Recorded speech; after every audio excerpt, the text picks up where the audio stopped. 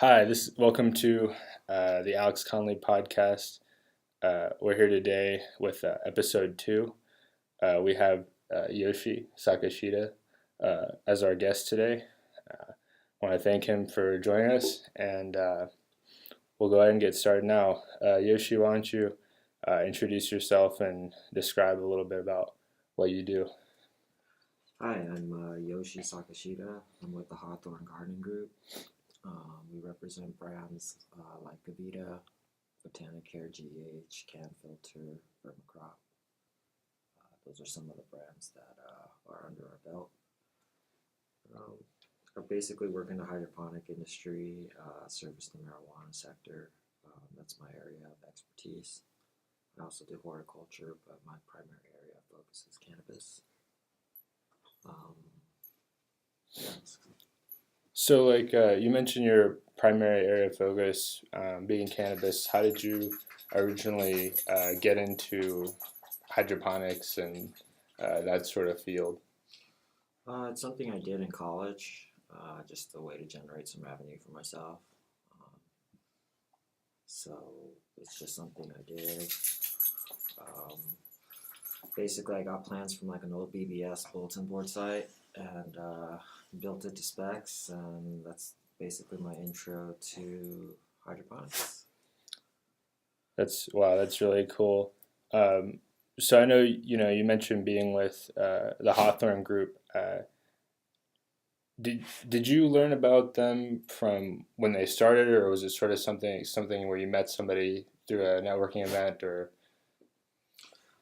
The Hawthorne Group came to my knowledge probably maybe 3 or 4 years ago when they were acquiring General Hydroponics. I knew they were a subsidiary of Scott's Miracle-Gro. Um, I had some mixed feelings about that at first. Um, didn't know what their stance was on actual cannabis. I guess after meeting the ownership group, I learned they are fans of cannabis themselves. They enjoy it themselves. Um, and they're not just here to extrapolate it for money, but they actually enjoy it, love cannabis just like we do. Um, that really helped bridge the gap and didn't give me any hesitancy when we got acquired. Gavita got acquired through the Hawthorne Group probably about 2 years ago. So it made that transition a lot easier. it's really cool. I appreciate you mentioning that about your initial skepticism being sort of relieved. I think that one of the conflicts that we have a lot in America is people trying to determine how much they trust larger businesses when they might feel a more personal connection to some smaller businesses. But one of the things that I think that's really advantageous about having a larger business like Scott's Miracle-Gro getting involved is that they're able to handle if you're aiming for a target that is greater than what you're currently doing, it takes, in my opinion, sometimes operating with uh, bigger players in mind, if that makes any sense. Yeah, I think you would have to work with a powerhouse kind of like Scott's, especially on legislation aspects. I think as cannabis becomes an industry, it is a necessary part of expanding the industry.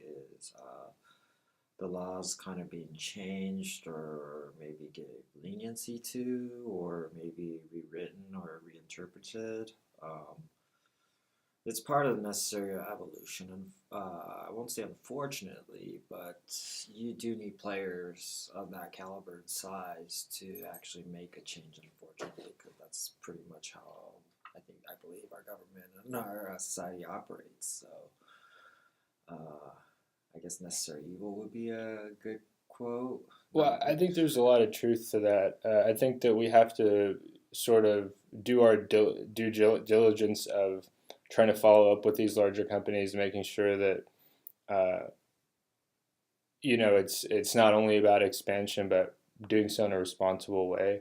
Yeah. I think that some people have been uh, unhappy with the way that cannabis laws have played out, and maybe have sought a certain target or party to blame, but I don't actually feel that way. Uh, for me, it's living out west compared to where I'm from in Tennessee has been a real blessing in one way, and that I don't have to have the same fears about prosecution. So, yeah, I do think that it sucks sometimes that it's an expensive industry to get involved in, but at the same time, it's cost me less money from there being some legislation involved than if I were to go back to where I'm from, where it's just totally, not allowed. Yeah, I agree. I agree with you there. Like anything, it's still in its infancy, so not everything is set in stone. I think it's still being worked out. Um, yeah, taxation, things like that. There's a lot of society benefits that come out of it. I think as time goes on and more states get involved, then I think it'll adjust itself. Uh, Say as negative balances become positive balances. Obviously, I believe taxation will probably go down a little bit as it's spread out more across the state, and I think as federally they start taking advantage of it as well. I think it'll level out. Yeah, the price of admission is kind of high right now, but I think it's like that in any industry. The small business era is kind of changing. I think everything comes and goes in phases, and for the last 20 years, maybe it was a boom of smaller businesses, but I think on the cannabis side, yeah, the cost of admission is definitely high, which does price a lot of people out. But I think in some ways to be able to be regulated, possibly they need to set a bar high. I don't really have an opinion on that aspect. It would be nice to see smaller, businesses and people taking advantage of it, but I think we'll see how it goes as it spreads. I remain cautiously optimistic. One of the industries that people that are proponents of cannabis both like and dislike being compared to is the alcohol industry. And one of the things that I think is worth pointing out is even though I would say it's relatively expensive to get in the alcohol industry, just like the cannabis industry, even today you have a proliferation of smaller breweries and craft beers that somebody might not be able to sell it out of their garage, uh, but there's so many more choices now when it comes to getting beer besides like what I remember growing up around, which is Budweiser and comparable brands. There might be five or six choices at the gas station, whereas uh, now I'm surprised if I see less than 20 or 30. Yeah, I agree. I think in the craft sector, for sure, I think cannabis has the potential of having a craft sector. Top shelf flowers, I would believe, would be considered craft.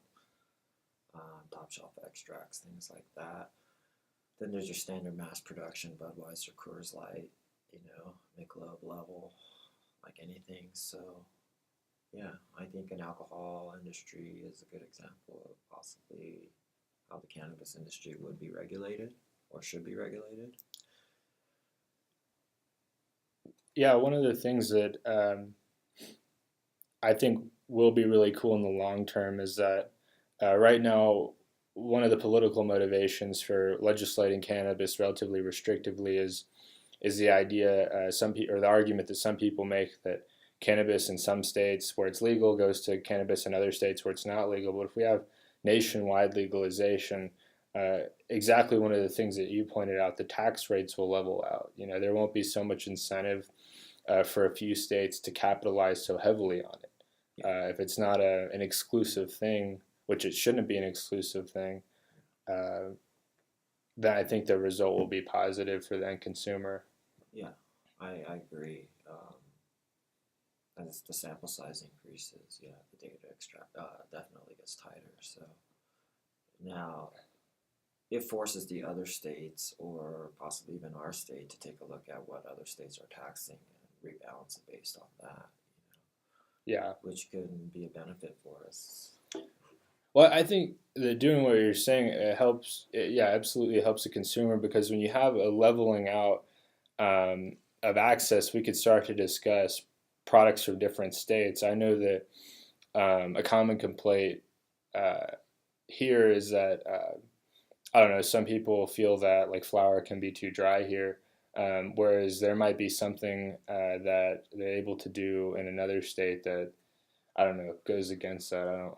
I'm trying to think of like how better to phrase that, but I think if the database was the same nationally, then that's possibly something that can occur. I guess I won't say it will, but it can. Right now, every state kind of does their own thing. So once they believe if federal ever got involved, then there would be some kind of consistency between the states. So yeah, we'll see. Because everything is tracked. So yeah, yeah, that's true. That's one of the benefits I think that we have as far as or drawbacks, depending on who you talk to, of having computers integrated yeah. so heavily with industry nowadays, is that we can keep track of things more effectively than we could in the past. Yeah, I believe tracking the data is key. It helps the state regulate, helps everybody balance their books, know what inventory is going in and out. Yeah, I mean, it's only a good thing. And what I like about this industry or cannabis in general is a lot of the ancillary businesses like packaging or, even software side, managing inventory, things like that. It's just opening up different doors and avenues. And it's all necessary part of doing business. So I feel there's going to be a lot of benefits there as well.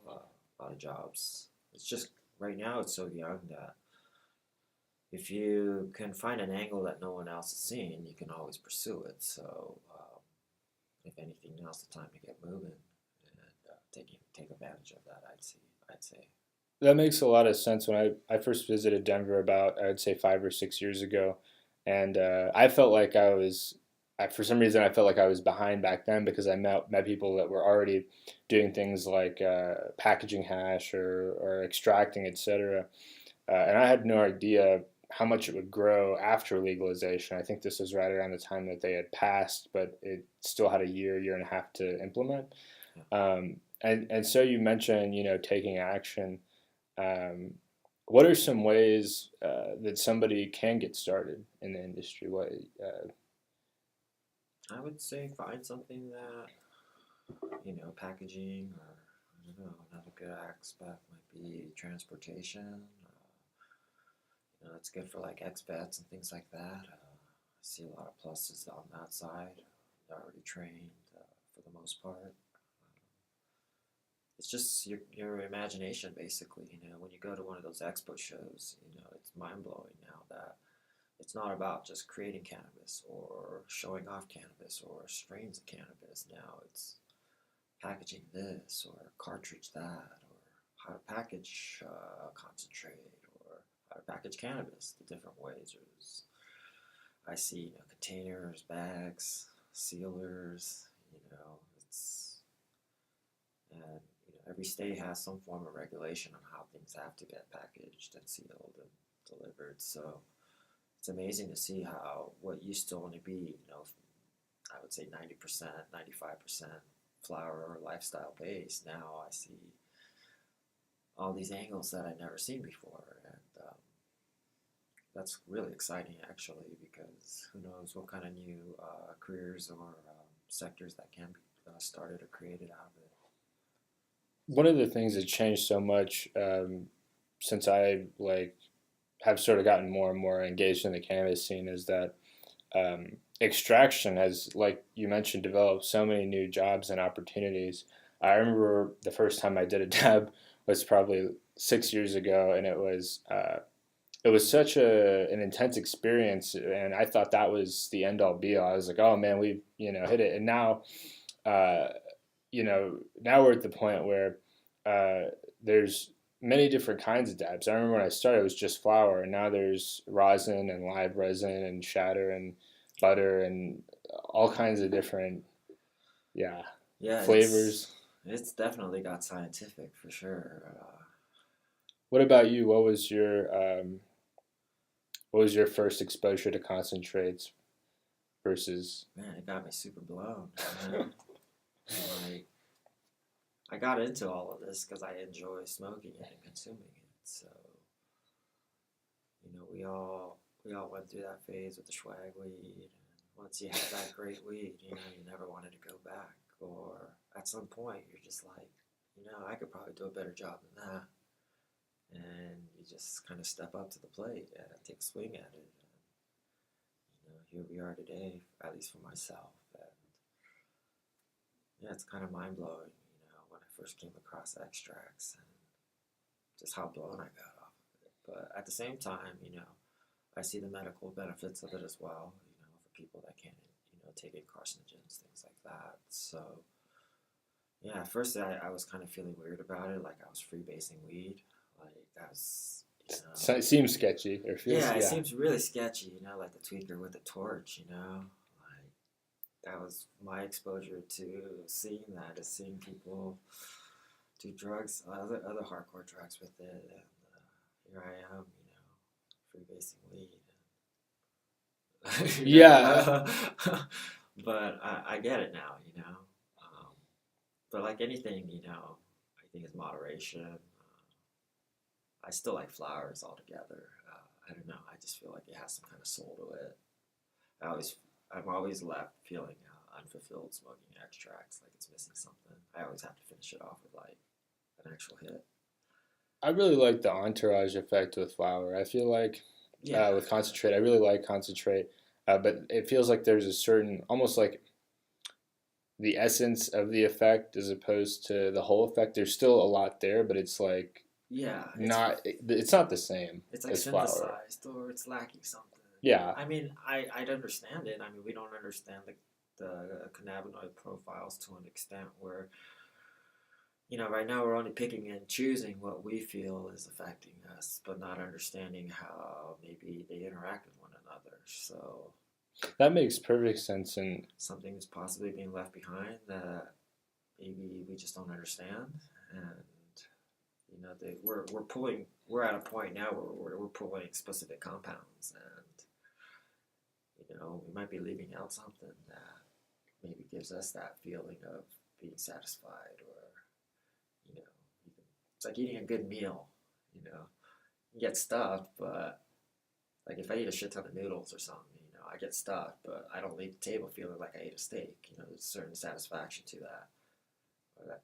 yeah, I know exactly what you're saying. Yeah. Uh, Where you're hungry like 3 hours later after eating noodles. And yeah, I feel the same way about dabs in some ways. yeah, I know what you mean. For me, dabs have come into play in part, not only, but in part as sort of a convenience thing. It's easier for me to bring like a pen with me if I'm running around town all day than it is for me to try to, you know, Yeah. smoke flower at every stop. I'm still down to smoke flower, Yeah. but it's The discrete factor. yes, The ease of use, definitely. I think, I mean, it makes it dangerous in some ways because you can drive and do that shit. yeah, I've seen people at the airport do it. I guess it's actually a cool way to, I guess, get things in and out of countries that you can't smoke weed in, I guess. But, you know, like anything, I guess if people can moderate it or control it, then yeah, I don't see an issue with it. I enjoy it personally. Dabs really made me keen on the flavor of cannabis. yeah. It really brought that to the forefront, and learning like what temps you're supposed to be torching it at. That in itself is a science and an art. And but when you hit it just right, that flavor of it, it's like huffing a bag, of fresh weed. It's amazing, I'm laughing just because I remember whenever I got into it, uh, our lack of experience was just so extreme. I mean, the idea back then was to torch it red hot, turn the thing red, Yeah. and it would be so hot it would burn your throat. You'd cough your lungs out every Yeah. time, and then the next step became to torture and then use a timer, and then the next evolution, and that's still popular. The next evolution became using an e-nail where you can set the temperature, and um, it's really interesting to me when you mention flavors because I that's one thing that I do like about doing a dab is like I've been exposed to so many specific flavors of cannabis that I felt like uh, weren't as accessible before. I think one of the things that when I mention, sometimes people mention Colorado cannabis being dry. I think the result is that the concentrate scene is amazing here because so many people want to make concentrates because Yeah. they're easy to preserve, and so you do have that culture here where you can. I mean, being born and raised on the West Coast and smoking cannabis there, supposedly where that's supposedly the mecca of Yeah, cannabis, and moving out here, I still gotta say Colorado's extract game is on point, if not better than what I see in SoCal. I think through legalization of it, I believe, gave the ability of more people to do things out in the open, try different things. I think you got a larger sample size, especially when legality opens up. So, yeah, I think a lot of technology is being primed here in Denver and taken back out west. And I mean, don't get me wrong, there's stuff out west that's phenomenal too. But yeah, well, one of the things that's thrown me off because I'll be moving out to the West Coast shortly. I'm not sure for how long. I have a few specific goals in mind, but I noticed just on whether it be on Instagram or like just on menus is like a lot of places sell hash or concentrate by the half gram, and yes. I was so confused when I saw that because here in Colorado it's really challenging to get a half gram. Everywhere you go, it's one full gram.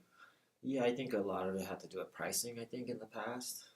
Oh, yeah. I've noticed it's fairly expensive on the West Coast. Yeah, like I bud tended out west.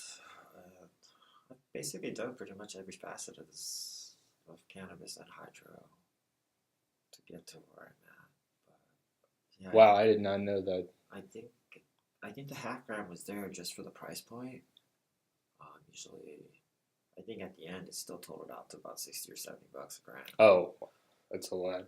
But I think it was also a way for the dispensaries to make a little bit more money, like charge $5 extra for that first gram, and then one sec here. Sorry, I gotta take this. Yeah, no problem. Hello, this is Yoshi. Oh yes.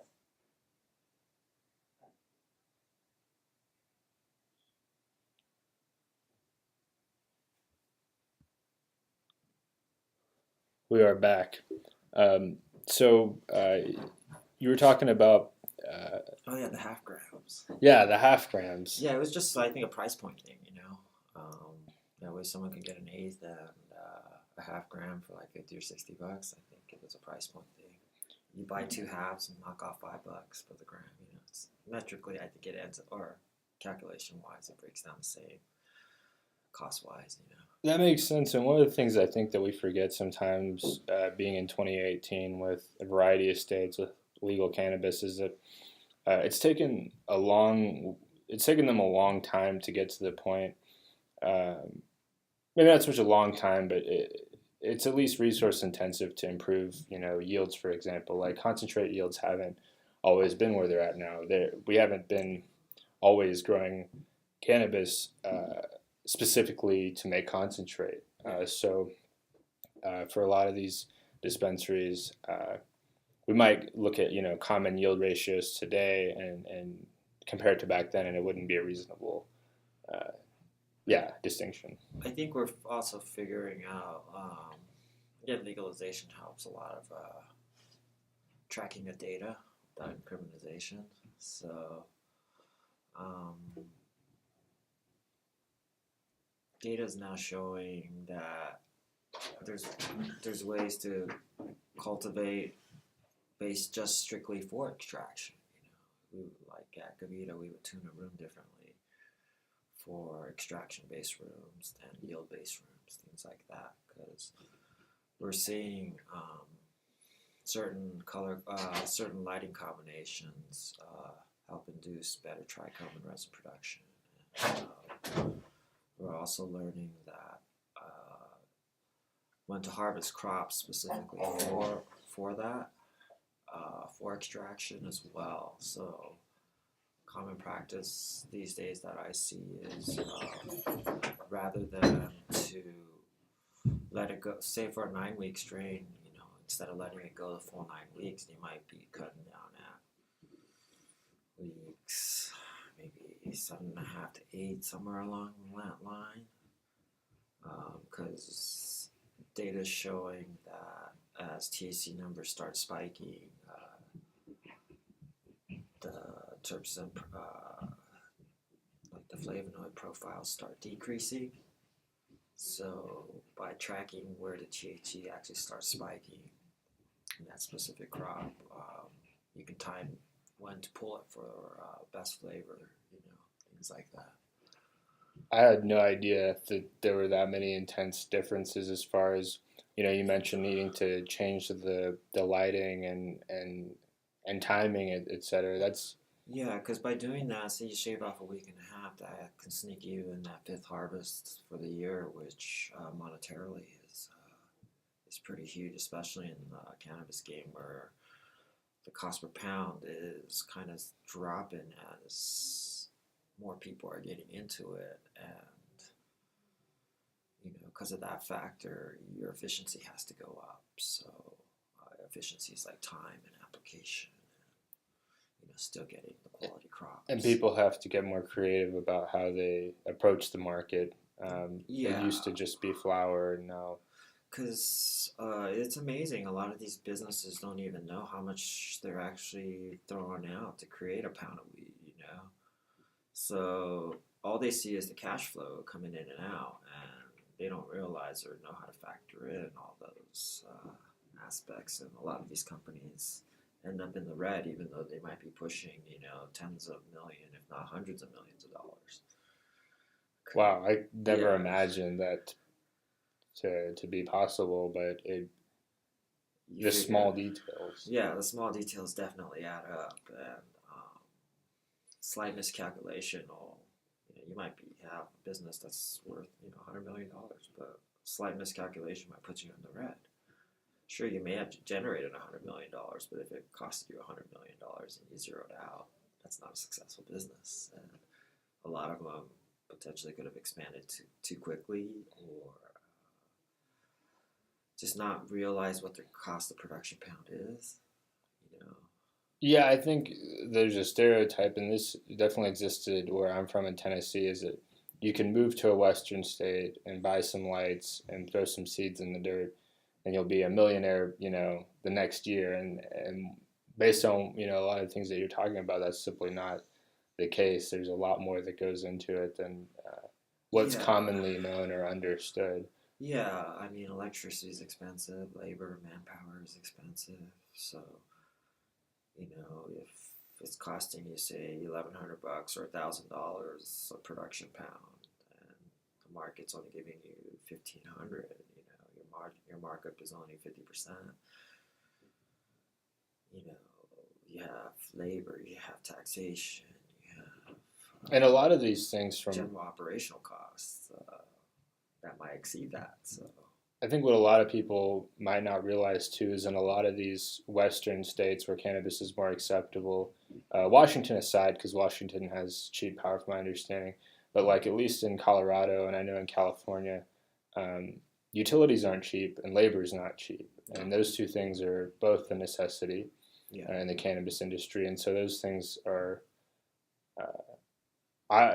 They're things that people might not think about as being so obvious, but they're the basic sort of foundation of a lot of these businesses. Oh yeah, like just seeing all these build outs, I can see just based on a floor plan what's a highly efficient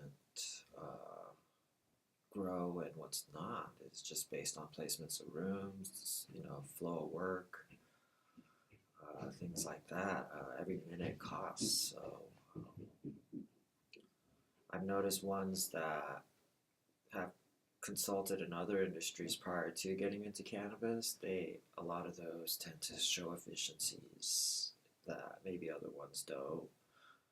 I'll use a fast food like McDonald's for example. If you pay attention to one employee and watch their motion for like 5 minutes as you eat your Happy Meal or your combo meal, and you'll notice that that person doesn't walk any more than 10 steps in any direction because there's somebody else that picks up where the next, say, 10 steps is or whatever it is for maximum efficiency of that employee. So, say if you were doing clones that go to veg, the placement of the rooms should be next to each other in a linear fashion.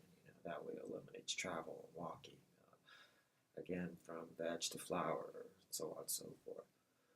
There's certainly linear workflow without people crossing each other up, getting in the way of each other. So That's even simple things like that add up over the course of a harvest and over the course of a year. what you're saying absolutely makes sense. I've done a fair bit of research on this subject just in terms of personal development and trying to make my life, you know, having less stress and just better all around. One of the first things I learned is that successful people tend to limit their commute. Yeah. They tend to attempt to spend less unnecessary time doing the tasks, and that it blows my mind that idea transfers even to business. Like what you're talking about. Yeah, time is time is money. So say, I think a consultant was telling me this one time. If you're paying someone $15 an hour, I think it breaks down like 50 cents a minute or something like that. So say if you needed to move a clone into a bedroom and repot at the same time, how much is that pot costing you? It's not just the cost of materials, but the cost of time of that employee. So what you may have anticipated to be like $4 might end up costing you $7 or $8, and how much of that time was spent on unnecessary things like walking, it's just all efficiency factors. Everything kind of comes into play, and obviously the lower your cost per pound is, the more competitive you'll be in the marketplace. So yeah, a lot of the things were at Gavita, I think technology wise, we're kind of at a lull right now until the next big thing breaks through, and it's all about dialing everything in and practices. And I've been fortunate to be able to see things on horticulture side where it's cents on the dollar versus making dollar on dollar. So it's what I call a low value crop, like a tomato or a cut flower or even a fruit or a vegetable. You're making sense on that. Cost per pound is really low on that, couple bucks, maybe $1, so on and so forth. So by the time it gets to us, it's like $5. But if you think about it, how much is the grower actually making? I've grown a few crops of tomato plants, and it's labor intensive, it's water intensive. Yeah. If I were to have sold those tomatoes, which I didn't, I just cooked with them, but I would not have made much money at all. It's definitely more of a passion project than something that. Yeah, that's where, like anything, there's a certain scale where once you cross that threshold, it becomes reasonable, and the efficiencies of practices used on that end are extreme. And you would think it would be labor intensive, but they rely so much on automation and things like that the only labor force that are human that they have is just basically cropping out the plant. So what we're doing is we're trying to bring that practice over to the cannabis side. Obviously, money saved is money earned. That's going to help get the cost per pound down. So in relation to Gavita, I guess that was my next question.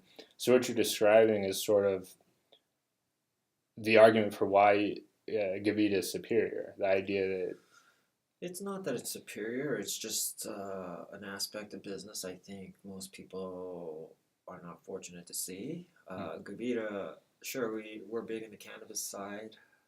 because of our lights, but we the brand's been around for about 35 years, give or take.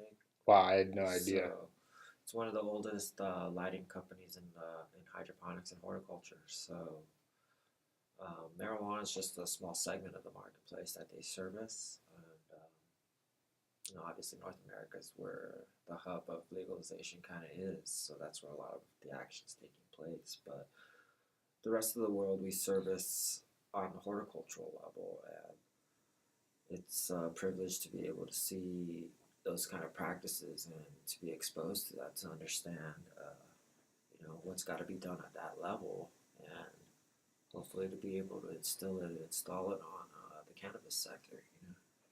It's really cool that you mentioned that. My prior to this interview, my only understanding uh, or of Gavita was the lights aspect. I just learned about them from that side of things. But what you're saying is you guys actually do other things too, as far as consulting goes, or trying to.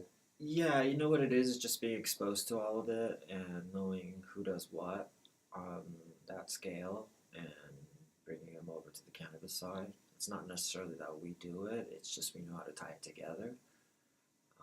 Or we have contacts that do those kind of things as it is.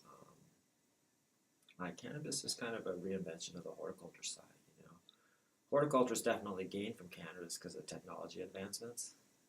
Obviously, a higher value crop is going to drive technology, but That makes sense. yeah, and a lot of I believe the Silicon Valley guys kind of, the ones that lost their jobs, they kind of naturally kind of geared into this somehow, some way. So there's a lot of smart people working in the industry creating things for the love of cannabis. So and horticulture is benefiting from it. So you know they kind of work hand in hand now, and cannabis is scaling up to a point that they have to be looking at those kind of solutions. And back in the day, a standard mini split and some lights would have worked, but at a certain scale, that's not the most efficient, and nor is it the most cost-effective way of doing things. So again, it's that bridge is getting close. That gap is getting really tight now, where they're almost interconnected with one another. And that's absolutely fascinating to see how quickly the sort of general attitude is changing, where it's becoming more socially acceptable than it used to think about, not only in terms of a consumption sense, but also a business sense. Yeah, I mean, and we're just talking cannabis. We're not even talking hemp. So Yeah, and hemp is a whole nother yeah, it's a ball game. whole nother beast right there. So I mean, they go hand in hand, and I see it only getting bigger. I see it getting bigger to a point where I'm kind of concerned the cost of food may go up. Wow, just from From people wanting to convert over to oh cannabis or wow, hemp, I would think. It's not like another entity's opening up and buying land, but the way laws are structured, it seems like a lot of conversions are going on, and I'm just hoping it doesn't explode to a point that our cost of food is going to go up. yeah, that would stink because food's certainly not cheap, and It's the unfortunate side effect of capitalism, I yeah, guess. it's a challenge. The cost of food and the cost of good quality food too. It's not just Yeah, like it surprised me. Just like I remember, because real estate's limited, so if it goes to cannabis, then where does the food production go? So vice it's versa. a real challenge because I've talked to people back home about this, like business owners, and they're surprised at how much money the cannabis industry can generate. And if that's happening now, I can't imagine like in the future where it's going to become more common to pursue it in comparison to food that maybe not doesn't make as much money for them. Exactly. I mean, again, I don't think I'm spilling the beans here, but a few years ago, I worked with Tennessee Normal for several years on the board of directors, and I think we had uh, the owner of the state of Florida's largest hydroponic system. He even back then was researching on the steps needed to pursue cannabis. That was several years ago. I think Florida's had a lot of ups and downs since then, but it's definitely on the minds Yeah. of uh, important business people, Yeah. for lack of a better term. Florida's a tricky beast, though. Some parts of it are taxed, some of it's not. It's really weird.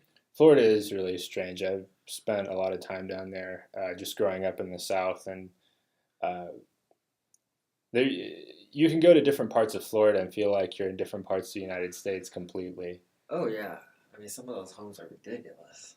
Yeah, like Southern Florida is has a lot of urbanity, and whereas if you go to certain parts of like Northern Florida, you feel like you're in backwoods Georgia, and Yeah, I lived in Florida in the '90s, and I really, remember the skate scene and the weed scene kind of interacted with one another.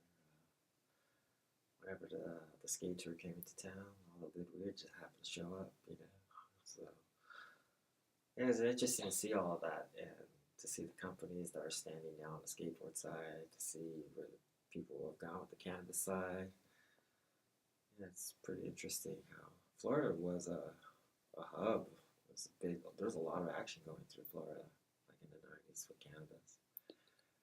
even in the 2000s, I knew of some people that would drive to Florida to get their pot and come back just because. Oh yeah, there was it Tallahassee, areas like that, the swamp areas. They had some phenomenal weed out That's what threw me off is hearing that some of it was actually locally grown because the presumption in Tennessee where I grew up is that everything was from out of the southeast, and there. it's funny to hear that's not the case. No, I think some of the best OGs came out of Florida. Yeah, there's isn't so Triangle Kush is from Florida, I think. Yeah, I almost think it's like kind of connected with the Crip.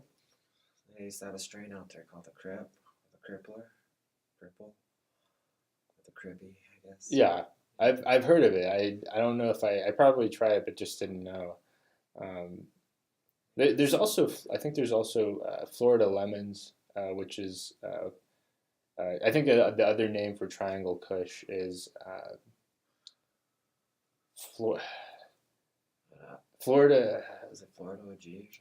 Yeah, I think it might be Florida Or OG. Soul Flow or something like that. But yeah, it's a really specific like gassy, kind of OG flavor, and I just can't think of the lineage. But Yeah. yeah, a lot of these are from that sort of swampy like Yeah, they had a tropical lot of good area. weed out there.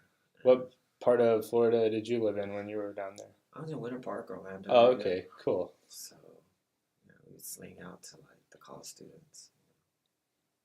I used that money to go to college myself. That's awesome, man. Yeah, it's kind of an interesting.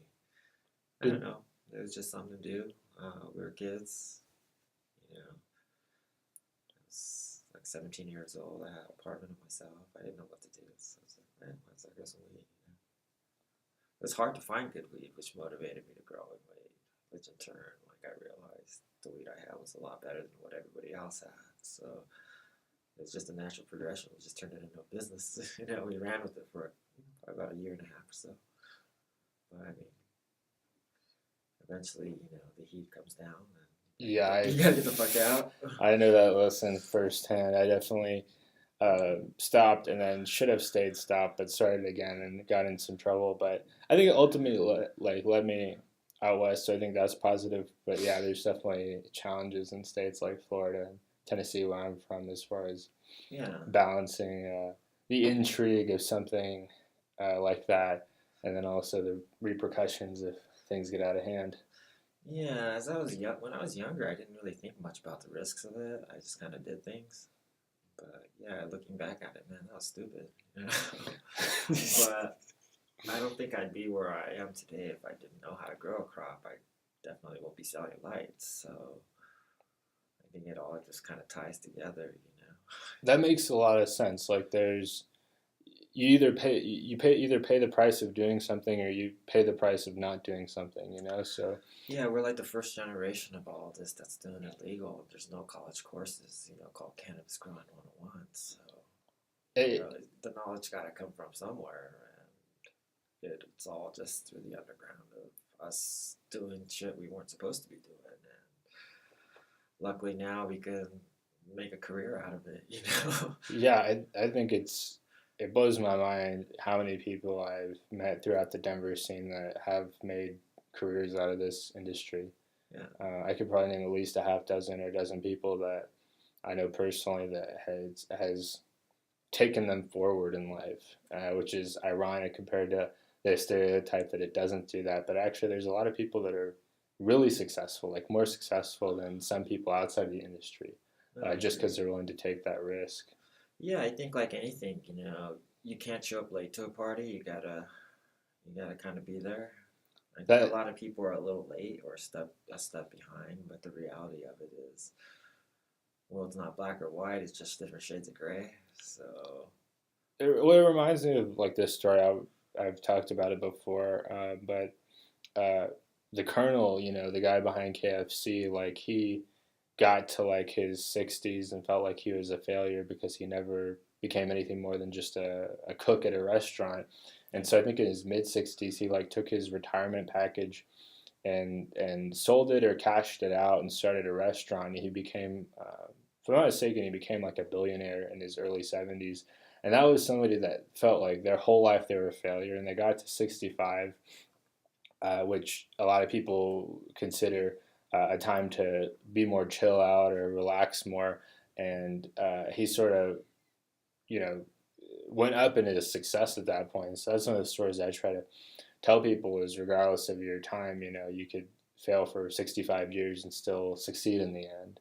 yeah. Uh, Life is really interesting. It's you only have to win once, you know. yeah, I've heard that. I've heard that. Like, yeah, It's just that we need to go up there and just keep swinging away, you know. I think a lot of us, I think, quit before we just kind of give up on it, or maybe other things in life take precedence over it. Yeah, I think we just got to get up there and keep swinging at anything and everything, and hopefully something will stick. that makes a lot of sense. There's different things that I've tried that I didn't really like. Like I tried off and on for a long time to try to pick up guitar. I'm just not musically talented, but uh, I didn't give up on creative pursuits, and then I decided to start doing this. And doing this podcasting thing just feels like so much more natural to me. But I never would have known that if I had said I stink at playing guitar, so I'm just gonna get out of creative mediums. Yeah, it's just I think just pursuing things and finding what sticks and what works for you. Um, we're not, as humans, we're not great at everything, but we're awesome at select things. So I think it's just a process of self-discovery and like anything else. Like I don't see myself being in the cannabis industry forever. I see myself more than that. I'd like to experience more than that. And I think life is all about constant reinventions. I'm not that guy that can do something for 30 years. As my interests change, I should just keep evolving and changing because I think life is meant to be experienced. And I think there's a certain challenge in seeing how far you can go, in a different industry or something different altogether. So I can really appreciate that. I've done e-commerce for a long time, and I enjoy it to some degree in the sense that I think that any job, business, or industry has its own benefits.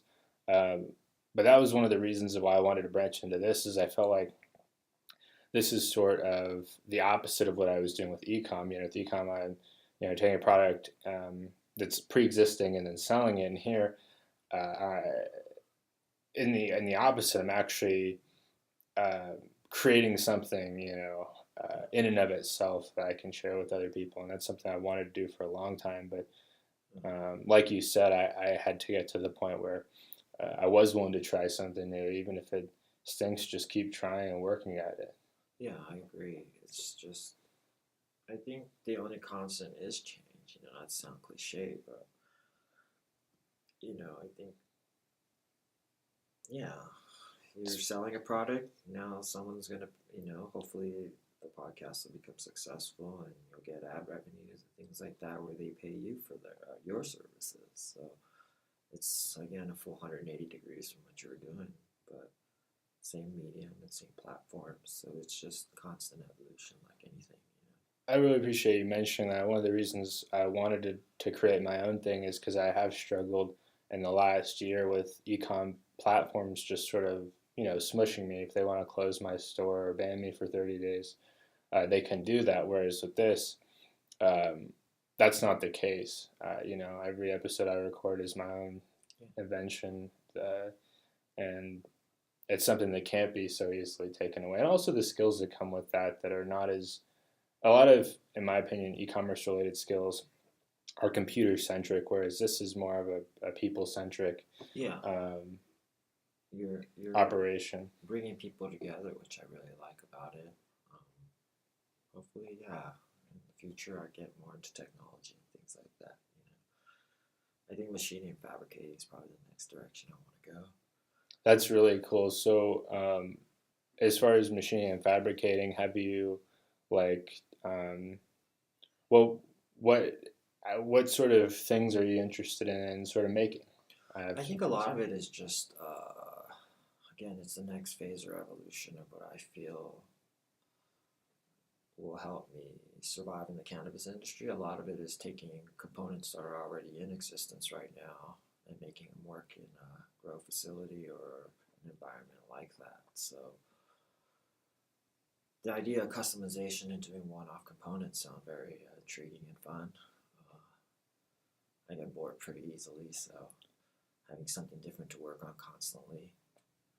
And I think the idea of creating a solution or selling a solution intrigues me more than selling products and components. So, That makes a lot of sense. Sort of tying that back into the podcast and also the e-commerce stuff I work on, and is sometimes I do feel not lost, but it's like I sell somebody a product, I ship it to them, and then that's it. And obviously, basically with the setup I've got, it's not as conducive to repeat sales. Whereas with the podcast, I know that people that enjoy one or two episodes are going to probably enjoy more than one or two episodes. So I think it is a better medium for me personally to be able to give back. And I think it's really cool what you said about machining, because I have several friends that work in that field where I'm from in Tennessee. What they're doing isn't cannabis specific, but it is really cool to talk to them about what they do, because there's this sense of excitement that seems almost unique to what they do in terms of what they're able to provide people. yeah, to create something out of nothing is, I think, an amazing skill set. It's something I always admired about musicians or artists or even architects or builders and things like that. Is just it's a concept and they turn it into a reality. Machining is such a generic term. There's so much you can do with it because whatever your limitation of your mind is basically the only thing stopping you. So, hopefully one day I'll be designing couplers for like a large custom AC system, and then the next day I'll be, maybe creating headers for like a pro mod or like a NASCAR or something, just to change it up. But at the end of it, it's still problem solving and solution and delivering a component. So the aspect of that sounds, just to be able to push my boundaries more sounds really exciting. I think a lot of young people coming up and trying to figure out what they're going to do to contribute and to eat at the same time, I think that a lot of them could learn from what you have to say about pursuing something like machining, because I think that the first thing that comes to mind is that our country has not placed enough importance on those fields. I know that when I was in high school, Yeah. we actually, not we, but the school system removed the technical path. There's a technical path and the career path. The technical path being pursuing things like that, and I've always felt like that was We're so a travesty. like computer heavy, I think. There's a certain glamour to that, I think, put to it. But the backbone of America, I still think, is working steel and, automotives. And I think that's where our strengths lie. And I think we kind of got away from that. I don't think we're ever going to beat the Russians in technology. I don't think we're ever going to beat, the Europeans in that. Yeah, and the irony to me is that, like, because of the lack of importance placed on those skills, a lot of those fields now pay as well or better than some fields that are college oriented. I'm not going to talk about how much money my friends make, but Yeah. People are pretty transparent. Price is such a subjective thing, and the thing is, I learned this through just watching kind of how economics works. I guess from selling products as well. I've done retail, I've done commercial. Price is just subjective to the person that's buying it. So creating a solution could be really cheap to it could be really expensive. And the thing is, if you want to make more money, just go after a marketplace that has been more money. That's a very simple concept, I guess. It's difficult to find, but conceptually, it's you just go after a bigger fish. Well, it makes a lot of sense because I think a lot of smaller players are going to struggle to compete with the big guys on price. So if you can't compete on being cheap, the next Yeah, step is I would have say the best quality, the most quality, value. or do the don't turn down the works that everybody else turns down, or you know, be innovative and create something different. You know, maybe work with different materials. I don't know. Well, it makes a lot of sense what you say about don't turn the work down that other people turn down. There's different eyes see different potential in different fields. Just to bring up, one of my friends is I feel like has been pretty successful. He started working at a sort of a car business, and a lot of people think, oh, that's oversaturated. It's a red ocean. It's not. Some other people might say, I don't want to get my hands dirty. Working with cars is this and that, but actually, he's managed to become one of the most successful people I know just by being willing to give that a shot. Um, I think the whole blue collar thing is just overlooked. And I think a lot more emphasis needs to be put back onto that. You know, and I think I don't think people realize how much potential there is from there. I think oh they make the yeah, mistake of thinking, oh, if I get into a blue collar profession, I will never be able to become an entrepreneur. That's not the case at all. no, You not can, at all. when you get the skill set, you can become an independent, contractor. You can.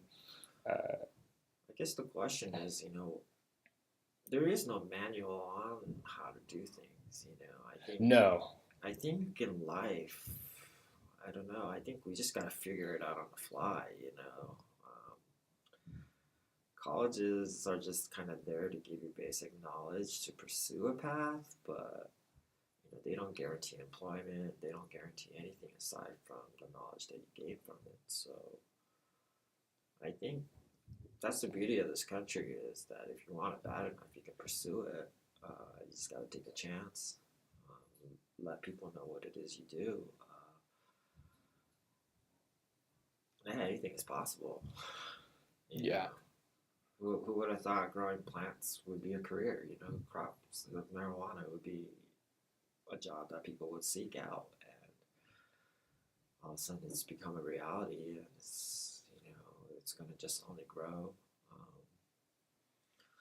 I don't know. There's a lot of different avenues that we can all pursue. It doesn't matter what it is. I think eventually, One of the things that I think is really cool about the cannabis industry that a lot of people don't think about, and this is something I think that's really cool that you have the opportunity to do, is mobility and travel. When I went to college originally, I wanted to eventually become a lawyer, and I learned that if I became a lawyer, I would most likely, unless I'm in the top 2% or whatever, be stuck geographically to one area. That would be the area I practice in, licensure, etc. What I think is really cool about the cannabis industry is that because it's a United States wide thing or a worldwide thing, you have the opportunity to go to different places, and you're not limited.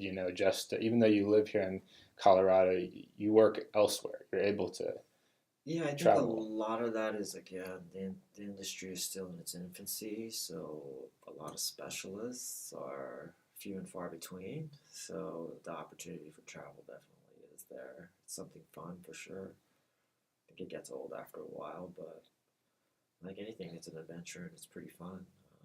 And I think what you're saying is true. There's a certain balance to it. There was a point in my life where I traveled too frequently for my tastes, and I got kind of burnt out by the end of it.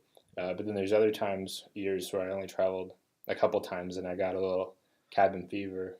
So I feel it, like I travel all the time, and people say how lucky I am, but the reality of it is I'm actually just working. I don't get to enjoy the sights or do the things that typical tourists get to do because I'm on company clock and time. So, we get in, do our job, and get the hell out. And it's pretty rare that we can enjoy, the touristy kind of things. I, In some ways, it's cool because we see things other people don't because we're going into, places probably tourists won't go into. But I think the one thing I enjoy the most is the different variances of people and personalities that I meet, and seeing how people live differently in different parts of the United States. Definitely gives me a lot of appreciation for when I come home. And one thing I value now is, man, being able to go to bed and waking up in the same consistent place is a gift, I wish I could enjoy it a little more, but it has its moments too, and it's great. So I just recently came back from Spain, Spanibus. That was incredible. wow, that's Yeah. really cool. I've never been to Spain. What part of Spain Uh, did you visit? we were in Barcelona, so I got to see a lot of beautiful sights there. I actually took the time to effort to take some time off while I was out there because I've never been there. I don't know when I'm going back, so I enjoyed myself for a few days there, so that was a blessing. Um, yeah, it's just saying different things. I kind of laugh about it because man, I remember a counselor telling me that I won't get anywhere smoking weed, and it's taking me all over the place. It's just kind of a maybe in some ways that's what drove me to actually go after things a little harder. Is just to prove a point that what people tell you ain't always true.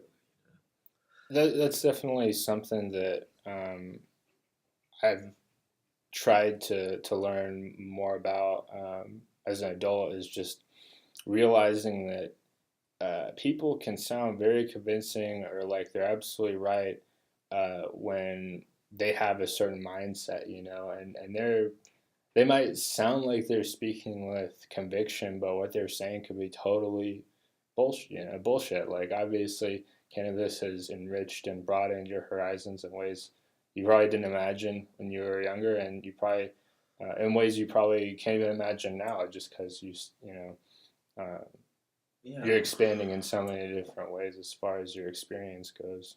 yeah, it's a very interesting concept. It's still hard for me to realize that. Yeah, it's a reality sometimes. It's like, whoa.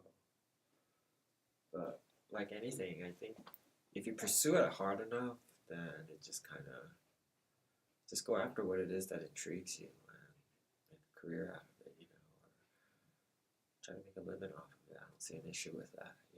Yeah, yeah, it might as well be something you enjoy. I know back to what you were saying as far as traveling sometimes not being the thing in and of itself that makes what you do rewarding in it, but you enjoy cannabis, so you still enjoy a lot about it. It relates to, I guess, some of the experiences I've read about as far as professional musicians having.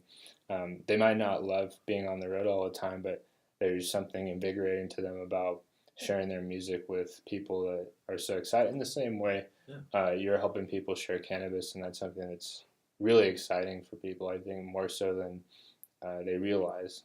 No, I agree. It's just more fun that way. I just say, might as well, if you're going to work, you might as well enjoy what you do. That usually will net you better results, I think, in the end. Like anything, all jobs have its own frustrations and things like that, but it makes the bad days a lot more bearable for sure. And just the thrill of seeing how far you can take something is always an intriguing thing as well. So you mentioned Spanibus and visiting Spain. Um, are there any other big events this year that are on your horizon that you can think about? Uh, I've been kind of not focusing much on shows as Hmm. much. Probably the MJ BizCon in Vegas is probably a big one. I think that's probably the only other big show I would think. I mean, there's abundance of shows. It's just, What's worth your time to do? yeah, it's just understanding your market base and going after that. Um, I think we're kind of at a point where,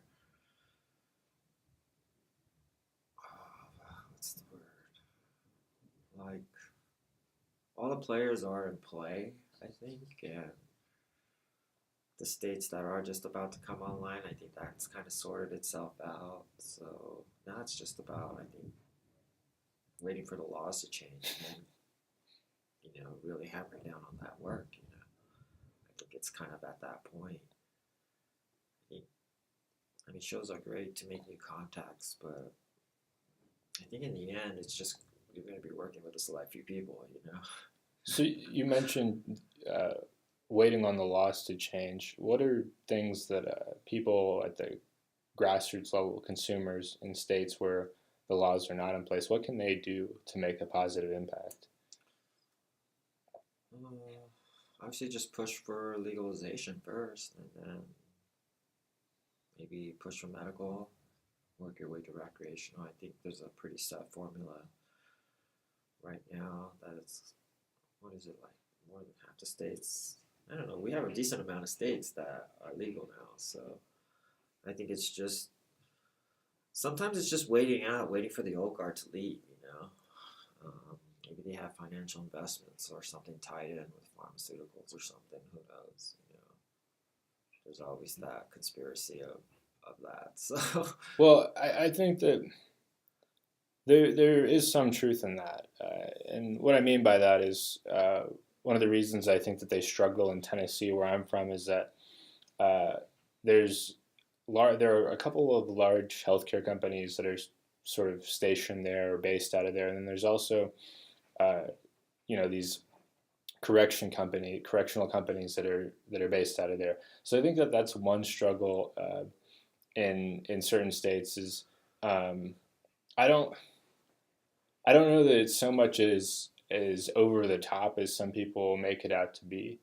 I think that um, not so much their influence, but rather like I don't think it's sort of a grand conspiracy. I think it's a focused effort to protect their bottom line. But I think that a lot of those companies are supported by people that are not as socially conscious. And I think what you're saying is true. That tends to be the old guard. I know that a lot of young people are concerned about the ethics of business. And in relation to that, I think that, I remember a list going around on Facebook for a while uh, detailing companies that used private prison labor and to not support those businesses. And I thought that that was uh, really interesting and really awesome that uh, basically the everyday person can uh, speak with their dollars. So I think one of the uh, ones that is on there is Whole Foods, which I'm sure is a source of conflict for a lot of people because a lot of people want to purchase healthy fruits and vegetables. But when I learned that, it definitely gave me some concern about that brand. There's other brands too that and I can sort of confirm this because I had a friend that had to spend about a year in jail, and they would definitely pay them like $1 an hour and probably bill it out at $7 or $8 an hour. So that's a way that I think that even though there is a concern in certain states about there being these big money interests being involved, I think there's ways for regular people to speak out, and I think that when you have a platform or you have platforms like YouTube and Facebook, even though they do engage in some censorship tactics, I think that the fact that there's been so much public outrage about these issues shows that people are still engaged and still care about integrity and honesty and transparency to the point where these policies will win over the long term. I know that when Colorado first legalized marijuana, it was like mind blowing, and people were jumping up and down, and like I literally, my mind did not know what to do. I just could not conceptualize because I just went to jail for weed a few years prior, and had my life turned upside down. Like wow, they're actually, okay with it. And that was what planted the seed in my mind to move out here, was just the idea that that was going to be one less thing I have to worry about. And also the idea that I don't have to inadvertently support some of those things. Because when I got in trouble for marijuana, I had to pay all this money out. Uh, Even though it wasn't my choice, I was still contributing to the system of them doing that. I think the reason they do that is because there is a profit in it. But I think that we as a society could show that there's a greater benefit to um, profiting from freedom. Yeah. Sometimes, yeah, I don't understand the logic of certain things, but yeah, a lot of it is for profit. Yeah. And that's something I try to remind myself too. You mentioned our culture being so dynamic, is that our country is only like a few hundred years old, and that's not much time at all when you think about some process like evolution taking, Oh yeah. uh, millions of years to happen, and so we still have so much. I've tried to be more forgiving to people that I may have been more critical of in the past, with the idea in mind that you know they probably don't know much better than anybody else. That comes from what still in certain ways is a rudimentary system of society. We're definitely moving forward, but there's a lot of things that kinks we have to air out. Yeah. Um, Even something like driving has existed for about 100 years. I mean, okay, so 115 years, 120 years, but realistically speaking, there haven't been that many generations of people testing out how does this thing work, and we can see that apply to other industries like cannabis uh, and all these different sort of sectors of industry. Uh, Take a break for a second. we'll be back shortly. Now we're back on. Yeah, we're back on. But you mentioned the whether those guys do different content. I think like Joe, besides doing his podcast, he also is a commentator for the UFC, Oh yeah. and he also does comedy. So he does stand up. He does like shows across the U.S., a few in short succession. So he'll do like three. Like I think recently he did three cities in Florida. But I think most of his stand up he does in L.A. just because that's where he lives, and it's Okay. yeah easy for him to do it that way. Um, but it is really like wild that one person can do so much. It's like um, inspiring to see different people that seem to put so much on their plate and still manage it. Yeah. Because he puts out what, an episode a day, something like that.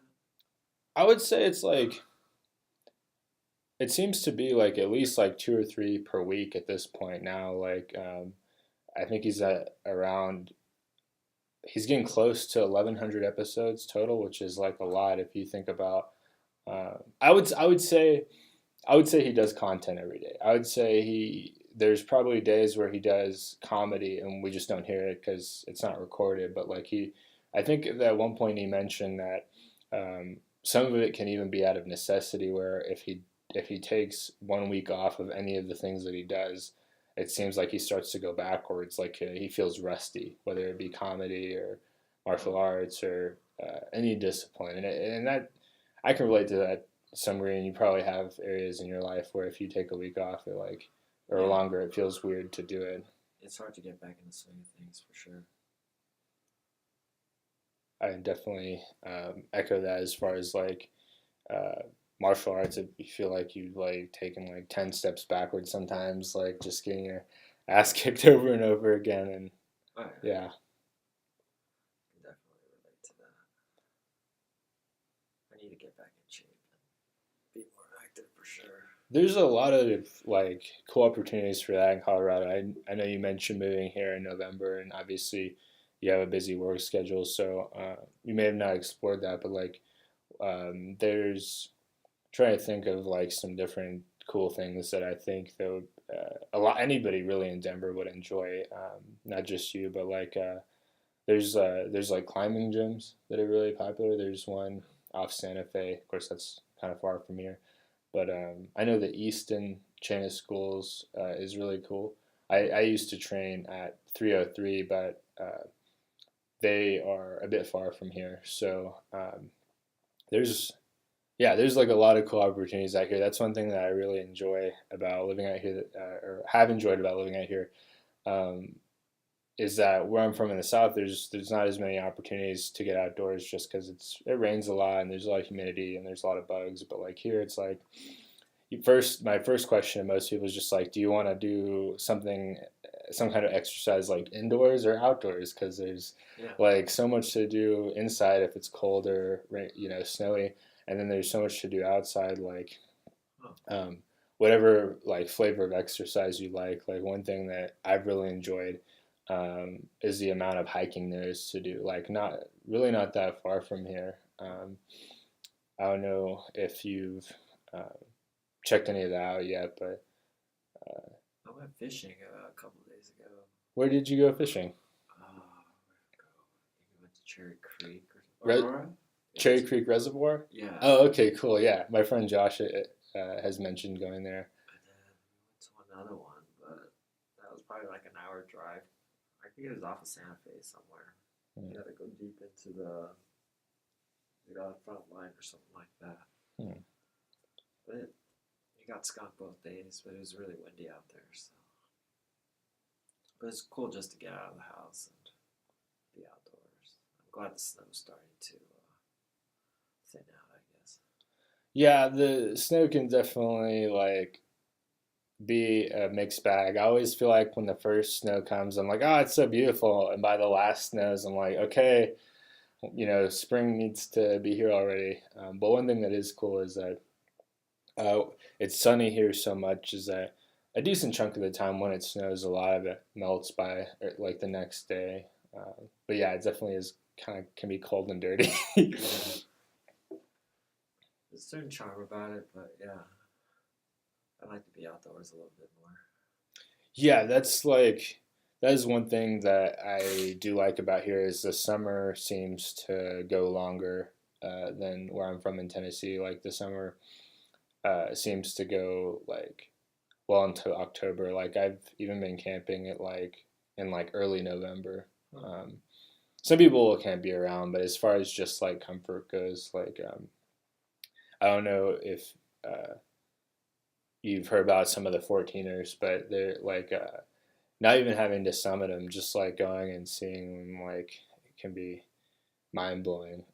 14ers being mountains that are 14,000 feet or taller. Oh wow! Yeah, well, they're between 14 and 15,000 feet. And one that's like really prominent is Long's Peak. It's kind of like if you ever look like north of Denver, it's like northwest of Denver, but it's kind of on its own. It's known. It's like the most dangerous one to climb, but it's. I pointed out just for its prominence because you can really like see it by itself, and it looks kind of sketchy because it gets weather that's because there's nothing protecting it. Like you'll see a storm over it, and yeah, that one is something to look at for sure. And then there's another one that I guess I would suggest like going with a group, just because it's a bit more remote. But there's one that you can go to, and it's like between Durango and Silverton, and you actually take this narrow gauge train. You get on this train, and you ride it to this site, and then you get off, and you can. There's three peaks that are there, but like it's it's gorgeous, and it can sometimes be hard to get uh, the sense of being that remote in a lot of places. But I feel like in Colorado, that's something that's a really strong point of living here. Is that if you want peace and quiet, like you can definitely find it here. Oh wow! I'm looking forward to checking out a lot of that stuff. I'm just waiting for the weather to clear up. There's a bunch of spots I need to definitely go check out. Yeah, like that's one of the things that I think is really rare about this state is like you have a lot of urban amenities in the Front Range. You have like good places to eat, like good places to, uh, you know, I'm trying to think um, a lot of good opportunities that are typical of cities is what I'm trying to get at. But then if you want to get outside of the city, it's like the eighth largest state by land area, and so Wow.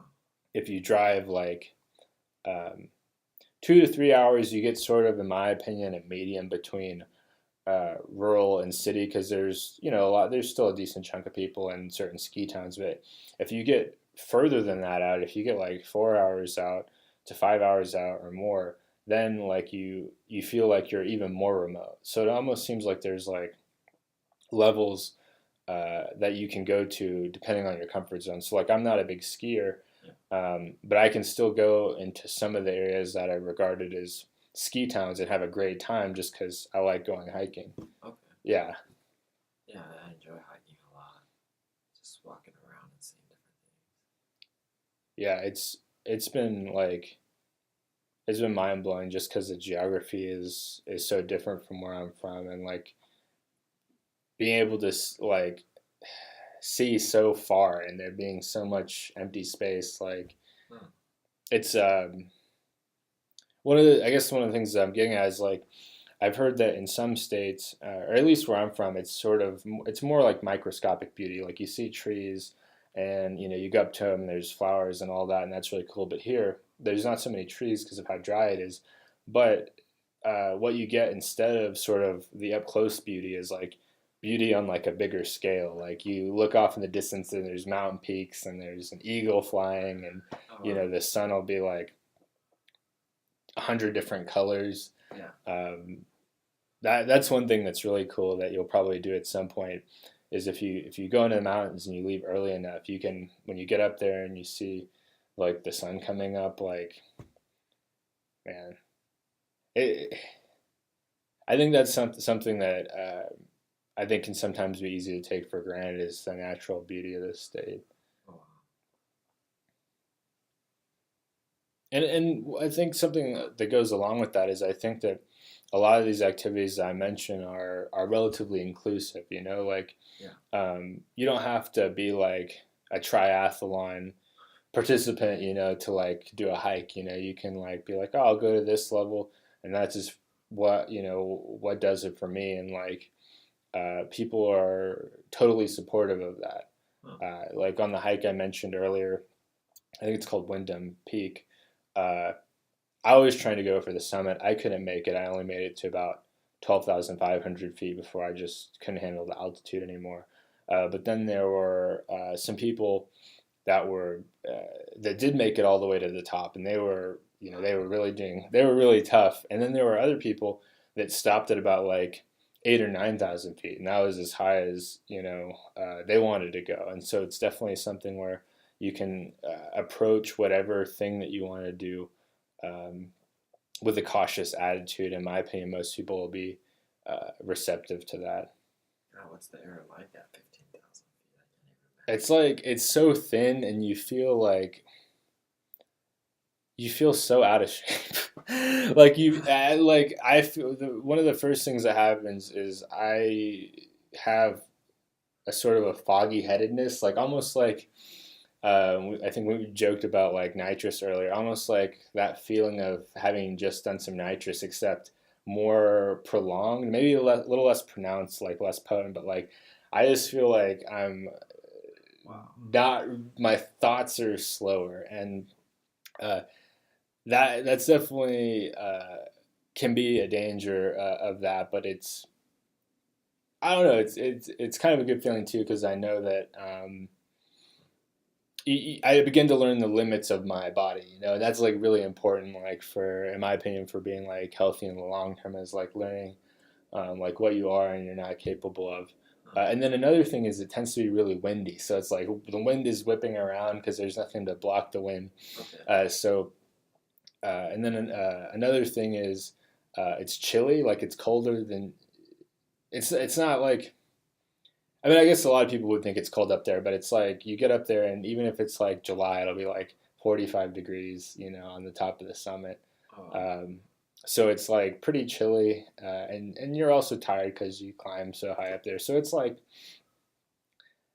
I don't know how to explain it, but it's like um, it's almost like sort of a psychedelic experience in a way because like the Huh. lack of oxygen combined with how much you've exerted yourself combined with like it's such an alien environment, you know, people are not used to being like that high up all the time, and so you get up there and you're like you can see farther than you imagine you'd be able to see, like you can see for miles and miles and miles, and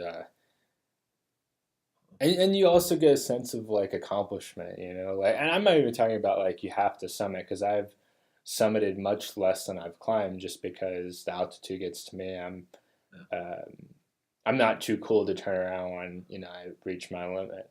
Um, but even you know even like then it's important to be cautious because like I was hiking this past summer and when I started to come down from 12.5, I got to about 12, and the trails up there the higher up you go, in my opinion, the less marked they are because less people, you Okay. know, get that high up. So I got kind of lost and like I had to like navigate my way back, and that's where you do have to like take a step back and be like, okay, even though my brain is not functioning as well as it should be because of the lack of oxygen, if I'm not mistaken, it's only like half the oxygen up there. Oh wow. Yeah, and so yeah, you're trying to be like, okay, I need to like slowly navigate my way back to the trail and then go all the way down. You have to do it in a reasonable time frame because thunderstorms move in. Oh Yeah, shit. in the early afternoon, late afternoon, most people recommend that you're actually off the summit or headed back down by noon.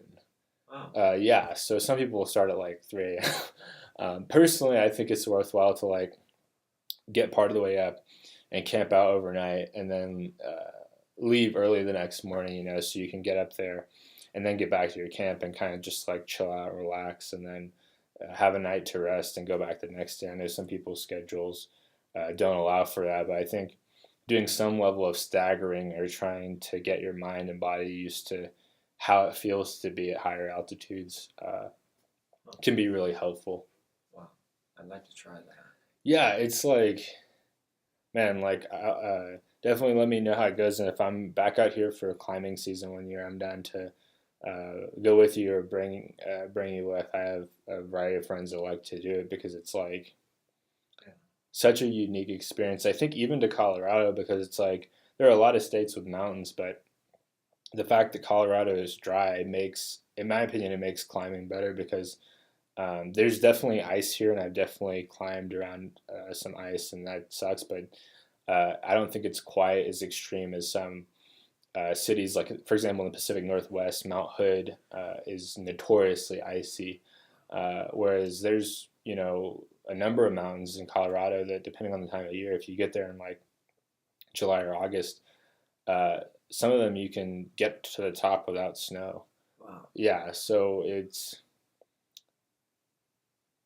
I think that I do think that the mountains here are like some of the best in the country, if not the best, just for um, the dryness, uh, the amount of camping spots that there are. The camping spots are like it blows my mind that they have camping spots here that are accessible where they are and are not costly and are so accessible to the public. That's I guess that's one of the things I'm trying to get at is I think it's really cool that this state does a good job of trying to allow people that are not trying to like necessarily ball out in the mountains Yeah. still have a good time, you know.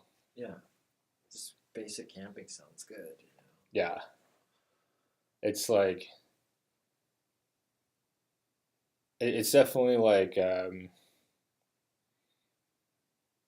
it's definitely like a really fresh experience when you're used to like um, being in different cities and in urban environments like I am, like you mentioned you are, to like get into a situation where like you don't have any signal and like you know you don't have uh, a commute to think about right then and there, and you're just like taking everything in and like almost like a having a sort of like a meditative experience. Yeah, that disconnect is really nice. Because I think it can be challenging to like get into a situation where you're like meditating or like if you're in your day to day life where you are busy. Obviously, there are people who do it successfully, but I think that there's uh, I don't know if you call it cheating or a shortcut, but like when you get out into nature and you can sort of connect mind and body so easily, like uh, yeah, that sensation of synergy is like really unique. Um, so we're wrapping up. I really appreciate you being here today, Yoshi. If listeners want to reach out to you to work with you, is there an email address that you, You can reach out to me at yoshi@gavita.com. all right, so yeah, if you want to learn more about the solutions that Yoshi can provide, feel free to reach out to him via email. He's with Gavita Lights.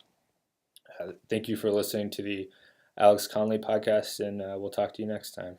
Thanks for